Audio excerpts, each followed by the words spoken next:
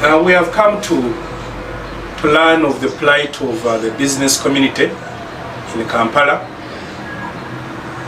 We have heard Kasita trying to raise an alarm about the plight of our business community. First, they have an issue of the lockdown.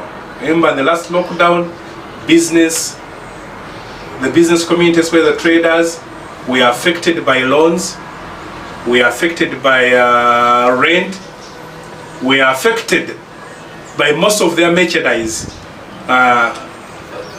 rotting in their stores, because some deal in perishable goods like juices, biscuits, even shoes. If you did not keep them well, and clothes, most of them lost their stock. They had asked government to intervene by speaking to the banks to stay, to give them a more grace period for them not to pay interest rates for that given period.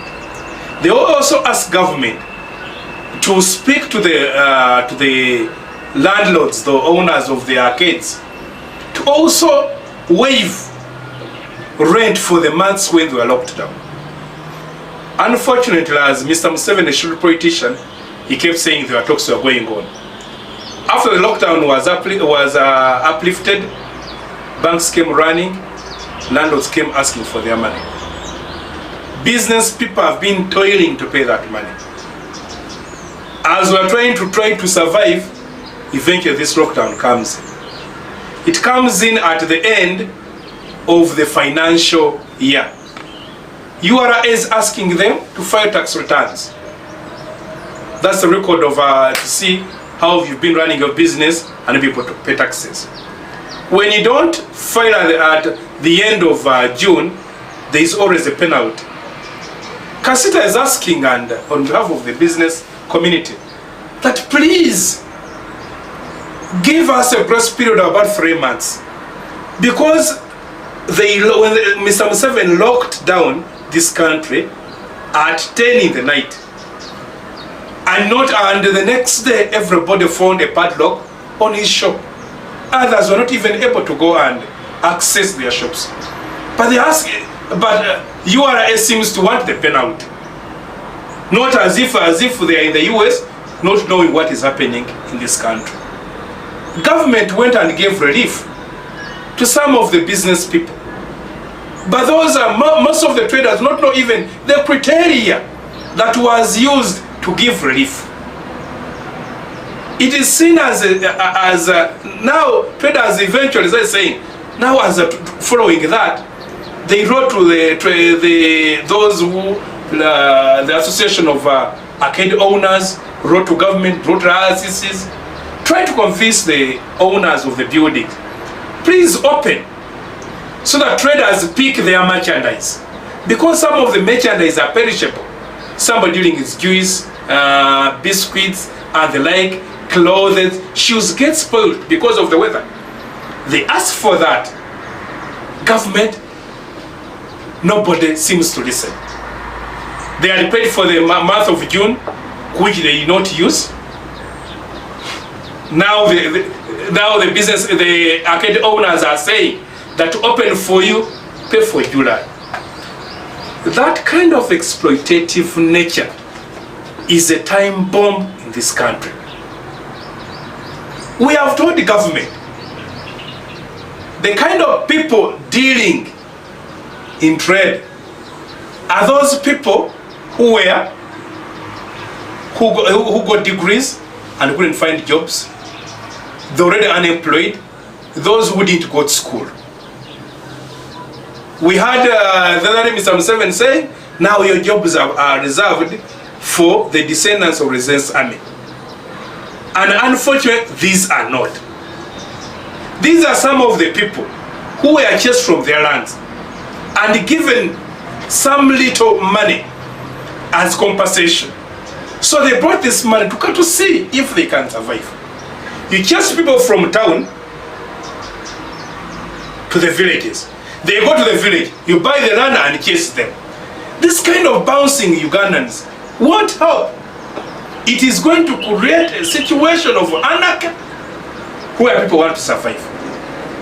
Now, as that was going on, government has changed the mode of taxing textile and garments. Mr. Museveni wrote a letter to finance, tell URA to levy a tax of $3 per kilogram. But those who are aware that the modes of taxing are not those. The modes of taxing, because Uganda is a signatory of the World Trade Organization, there are 3 modes of taxing a commodity. One is the invoicing method, where you pick an invoice, you present an invoice to tax authority, they see how much you bought your goods, and then they levy tax. The second method is the identical method. The identical method is good if they see how they levy the tax on a similar good, is how they charge you. Then there is what we call similar method. Similar is when, like, if somebody bought a pen, their pens, and then they say these are pens, well, this is big and this one is nice clear, they can pay the same tax. But this new tax of levying on a kilo of clothes is nowhere in the world. Nowhere it's a new thing. It is aimed at removing, chasing away people. It's aimed at banning the importation of textile. They say the background of this, Mr. Museveni sat with textile industrialists. Those dealing in textile produce about 3%. But we are all aware, Uganda no longer produces cotton. It doesn't produce silk, doesn't produce nylon, doesn't produce polyester. If you're not producing the raw materials, where do they get the raw materials? Because those died long time ago. So this cartel of descendants resistance army who are dealing in textile, what they want is to be given a monopoly so that they charge us highly. You may have now to start wearing your clothes sparingly because you fear them to get torn. These few guys tell him no, but 3%. I want to tell Mr. Museveni, people who deal in textile, go around Room Street, go around Chiembe, Beni Chiwanuka, and most of the arcades they give you rent. When you go to Chiembe, it is an industry of its road, although you don't know it. Women and men who run the sewing machines. There are young men in Chisenyi who make those frames of sewing machines. Most of the suits you see people wearing in town, and even some of those in serious government offices, are made in Chikubu. Sorry, not Chikubu, in Chiembe.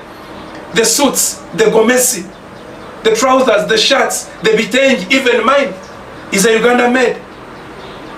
Now you are saying those Ugandans who have been fighting to pay taxes, you want the DRAs to come and take charge.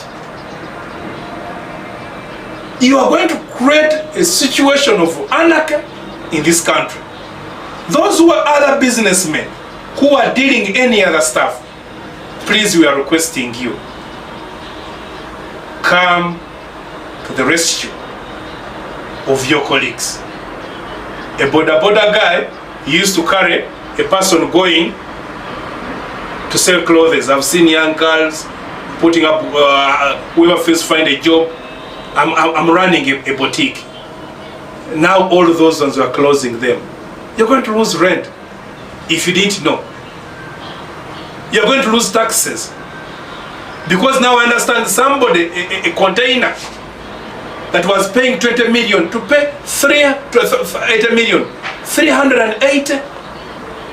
What kind of increase is that? Supernatural. And Mr. Museveni had increased the threshold, you know, the tax that URA should produce to 2 trillion. No, those extra trillion they expected to get them from textile. Now we understand people have not picked their merchandise that they are imported because they can't afford that kind of tax. I don't know who is the Minister of Trade now. The guys at Finance, who I know you are helpless. You advise and Mr. Museveni does not listen. I want to implore Honorable KAIJA. I understand we are in senior 1, Mr. Museveni and senior 3 at Kari. You are an OB. Speak to your OB. Ugandans need to survive. All of us want to go to do slavery in the Arab world. We want. We want to stay here. We want to have some kind of dignity. Thank you.